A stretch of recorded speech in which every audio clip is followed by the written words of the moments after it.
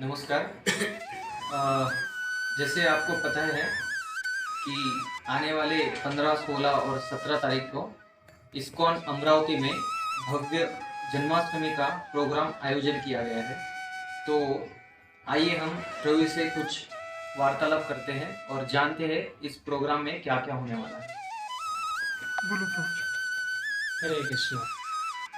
तो इस्कॉन में प्रत्येक वर्ष जन्माष्टमी मनाई जाती है और संपूर्ण जगत में इस्कॉन में लगभग 170 से भी अधिक देशों में इस्कॉन संस्था है और अभी ऑलमोस्ट सभी देशों में, विशेष करके भारत के हर एक डिस्ट्रिक्ट तक इस्कॉन पहुंच चुका है, बड़े या छोटे पैमाने पे। तो हर एक स्थान पे, हर एक देशों में जो है जन्माष्टमी मनाई जा रही है। तो अमरावती में 3 दिन तक के लिए जो है उत्सव मनाया जा रहा है, 15, 16 और 17 को।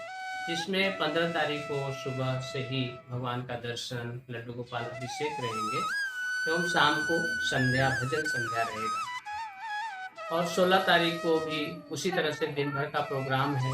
शाम को 5 से 12 बजे तक जो है जन्माष्टमी का मेन उत्सव रहेंगे, जिसमें कल्चरल प्रोग्राम रहेंगे और शहर के प्रतिष्ठित जो है हमारे अधिकारी जन है, आयुक्त हैं, कलेक्टर हैं या पुलिस आयुक्त और हमारे माननीय आमदार, खासदार, सबको हमने आमंत्रित किए हैं। शहर के उद्योगपति और प्रतिष्ठित लोग भी आने वाले हैं। तो बहुत ही भव्य प्रोग्राम रहेगा। रात को राधा कृष्ण का अभिषेक होंगे, कथा होगी, कृष्ण कथा, 56 भोग अर्पित किएंगे और भगवान का झूलन यात्रा होगा।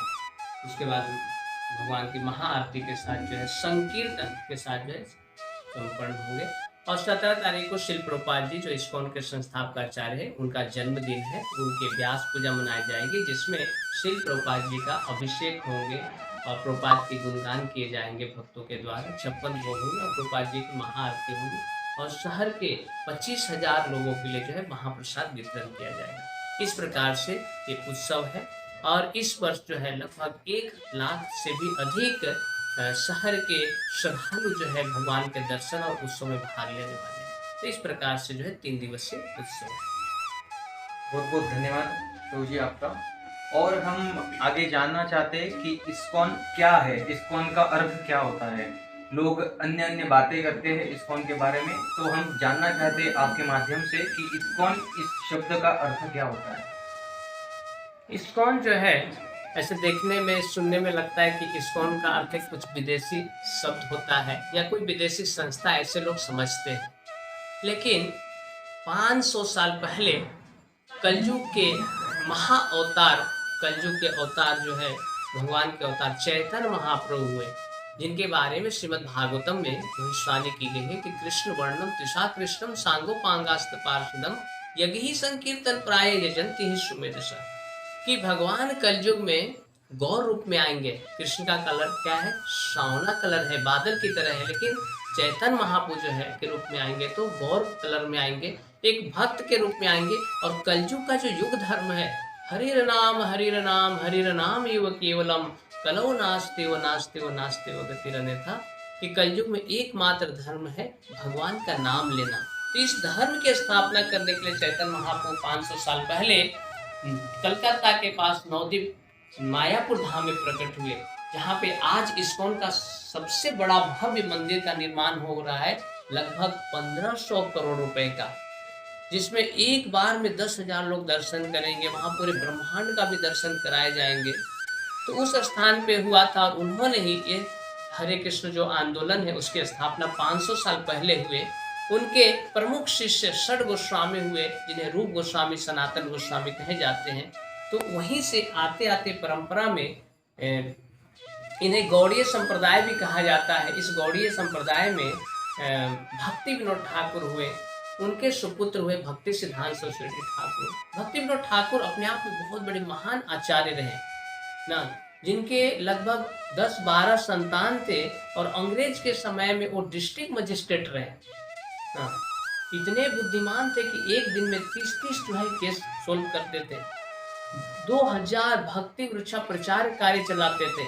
इतने दक्ष थे कि जब भक्ति विनोद ठाकुर अपना जॉब को ना त्यागना चाहते थे तो अंग्रेज ने उन्हें नहीं छोड़ा। वो बोले कि आप मायापुर चैतन्य महाप्रभु के जन्म स्थान पे रहिए, लेकिन आप जॉब कीजिए। तो उनके लिए स्वयं अंग्रेज सरकार ने उसमें घर से उनके ऑफिस तक के लिए जो है रेलवे ट्रैक बिछाई। उनके घर से डब्बे में सिंगल एक ही डब्बा रहता था, उनको घर से लेकर ऑफिस लेके जाते थे और छोड़ते थे। तो उनके ही पुत्र हुए भक्ति सिद्धांत सरस्वती ठाकुर, जो बहुत बड़े आचार्य हुए और हमारे वैष्णव गौड़ीय संप्रदाय के प्रमुख सिंह गुरु भी कहा जाते हैं।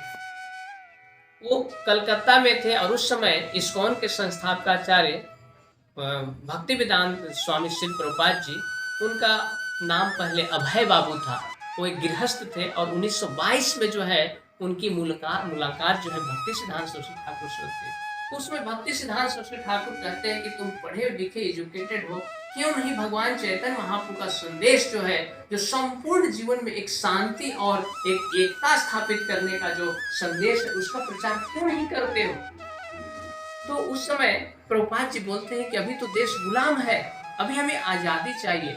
भक्ति सिद्धांत सरस्वती ठाकुर बोले आजादी तो हमें प्राप्त होंगे, लेकिन जब तक हमें भगवत ज्ञान नहीं होगा, हाँ अध्यात्म नहीं होगा, तब तक वास्तविक रूप से हम संसार के भवसागर से मुक्त नहीं हो सकते। इसलिए ये बहुत ही अर्जेंसी है। उन्होंने श्रील प्रभुपाद जी ने उन्हें अपने गुरु की वाणी को हृदय में धारण किया, जबकि वो गृहस्थ थे, बहुत बड़े ना। उस समय एक मैनेजर भी थे, एक फार्मेसी कंपनी में भी आगे चल के उन्होंने खुद का ना कंपनी खोलते हैं आगरा में, प्रयाग में आकर। इतने फेमस थे, पूरे भारत में उनका बिजनेस चलता। लेकिन वो सदैव जो है अपने गुरु की वाणी को ध्यान में रखते थे कि मुझे गुरु ने प्रचार के लिए बोला है, अंग्रेजी भाषा में बोला है और विदेश में जाकर बोला है। तो 1955 में श्रील प्रभुपाद घर का त्याग करके वृंदावन में आते हैं।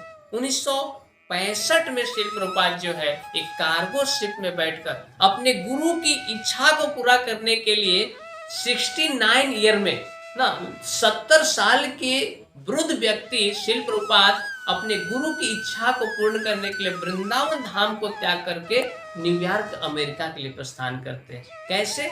फ्लाइट में नहीं, कार्गो शिप में, माल जहाज में जाते हैं। और वहां पे जाकर कोई भी नहीं था उनके पास, कुछ भी धन नहीं था, केवल 40 रुपए लेकर जाते हैं। और हिप्पीज लोग के बीच में, जो अमेरिका में हिप्पीज लोग थे, समझिए एक तरह से वहाँ के जिन्होंने सरकार को बहिष्कृत कर दिया है, परिवार समाज को त्याग दिए हैं और गलत कार्यों में लिप्त रहते थे, ड्रग्स लेना, अफीम लेने ना, व्यभिचार करना, इस प्रकार के कार्य करते थे। ऐसे के बीच में मध्य में श्रील प्रभुपाद जी ने ये गीता भागवत का, विशेष करके कलयुग का जो युग धर्म है, हरे कृष्णा कृष्णा कृष्णा हरे हरे, हरे राम राम राम हरे हरे, इस महामंत्र को प्रदान करते हैं। जब वो विदेशी लोगों ने, जब प्रभुपाद जी गए थे, वहाँ पे पार्क है न्यूयॉर्क में, तो वहाँ पे सब लोग लड़के लड़कियां ऐसे नंगे पड़े हुए थे ना, शराब में दूध थे। लेकिन जब वहाँ पे श्री प्रभुपाद जी महामंत्र का कीर्तन करते हैं, हरे कृष्णा कृष्णा कृष्णा हरे हरे, हरे राम राम राम हरे हरे। तो इस प्रकार से जब प्रभुपाद कीर्तन कर रहे थे, वो जो हिप्पीज थे उनकी कानों में जाता है। जैसे जैसे उनकी नसाएं टूटती है, होश में आते हैं और इस महामंत्र को सुनते हैं, तो ऐसे मालूम चलता है, उन्हें लगता है कि अगर प्यासा व्यक्ति को अगर जल मिल जाए तो जिस प्रकार से तृप्त हो जाता है, उस प्रकार से मालूम नहीं कितने जन्मों से, कितने समय से वो भगवान के नाम के प्यासे पड़े हुए थे, उन्हें वो प्यास बुझ रही थी।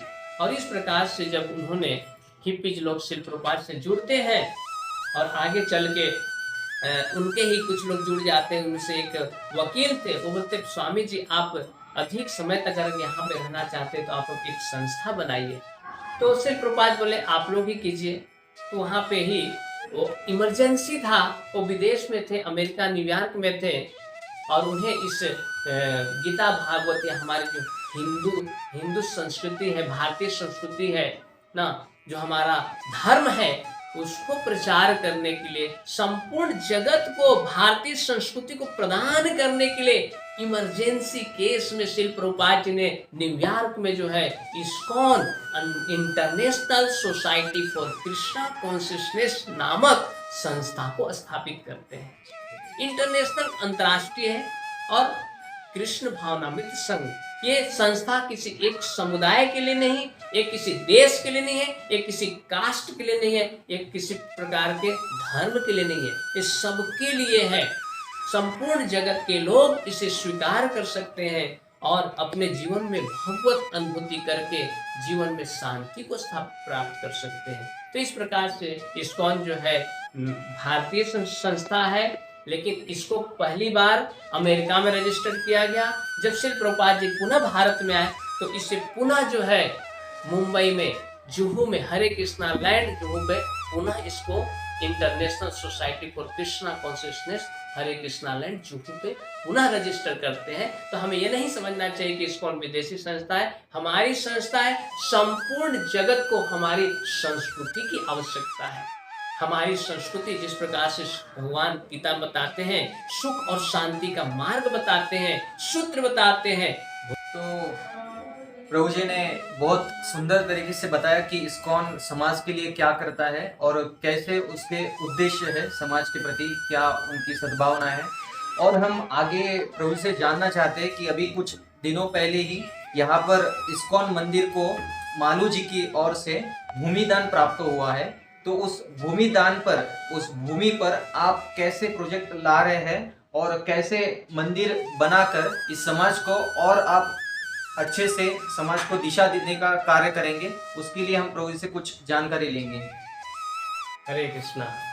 तो 8 मई को यहाँ पे भूमि पूजन रियोसा में जो इस्कॉन को भूमि प्राप्त हुई है, मालू जयंती है, वहाँ पे एकनाथ शिंदे जी हमारे महाराष्ट्र सरकार के उप मुख्यमंत्री के हाथों से और साथ ही में इस्कॉन के हमारे जोनल सेक्रेटरी बड़े संत परम पूज्य लोकनाथ गोस्वामी महाराज जी के द्वारा भूमि पूजन हुई।